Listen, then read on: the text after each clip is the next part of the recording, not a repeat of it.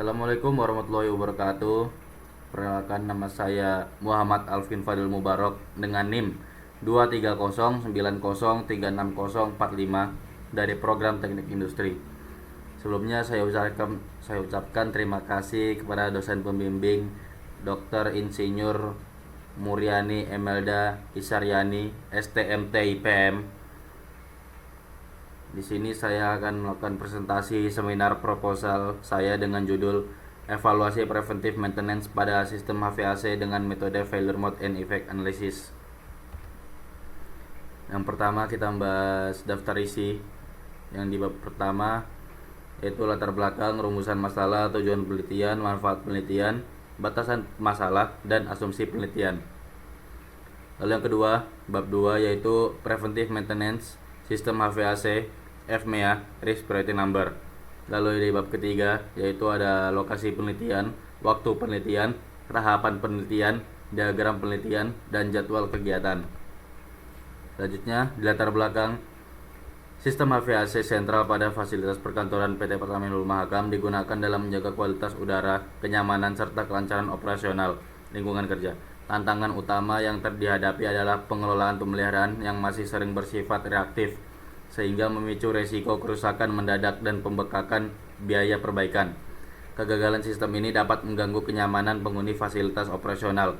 Oleh karena itu, penelitian ini menerapkan metode Failure Mode and Effect Analysis untuk mengidentifikasi potensi metode kegagalan secara proaktif dan menetapkan prioritas pemeliharaan berdasarkan nilai Risk Priority Number guna menyusun strategi preventive maintenance yang lebih efektif dan menganalisis kegagalan komponen menggunakan root cause analysis.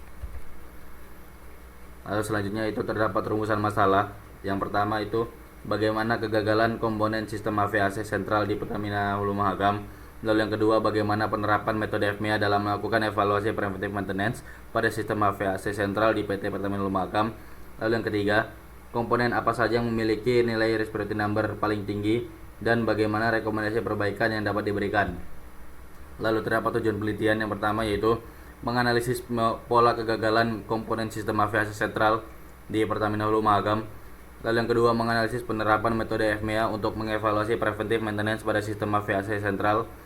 Lalu yang ketiga, menganalisis komponen dengan nilai RP tertinggi dan menyusun rekomendasi perbaikan yang tepat sasaran.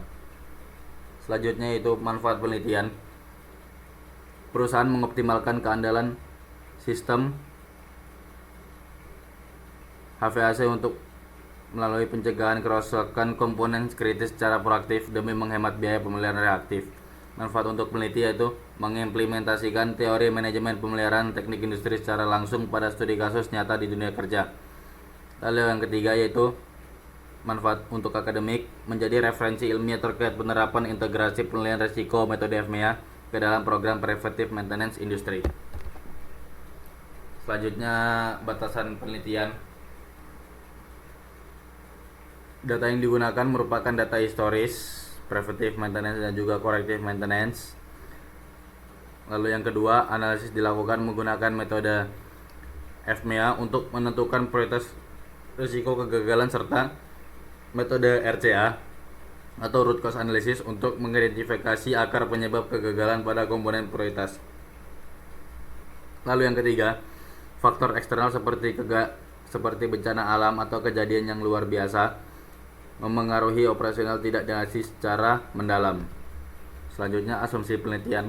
Data historis preventive maintenance dan corrective maintenance yang diperoleh dari PT Pertamina Hulu Mahakam dianggap valid, akurat, dan mewakili kondisi pemeliharaan yang sebenarnya.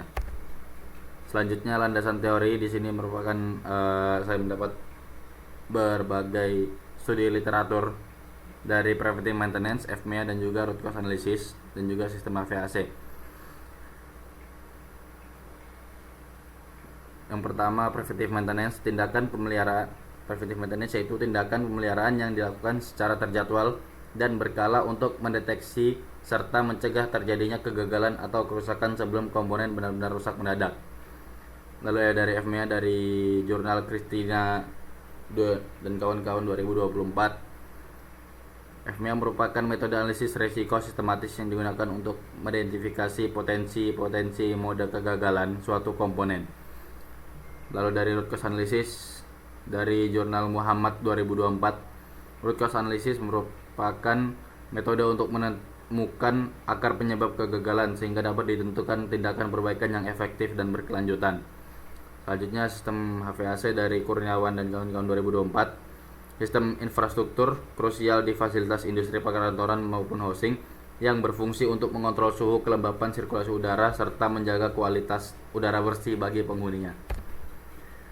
Di sini saya menemukan peneliti terdahulu dari tahun 2025 yang membahas tentang menggunakan metode FMEA dan juga analisis preventive maintenance.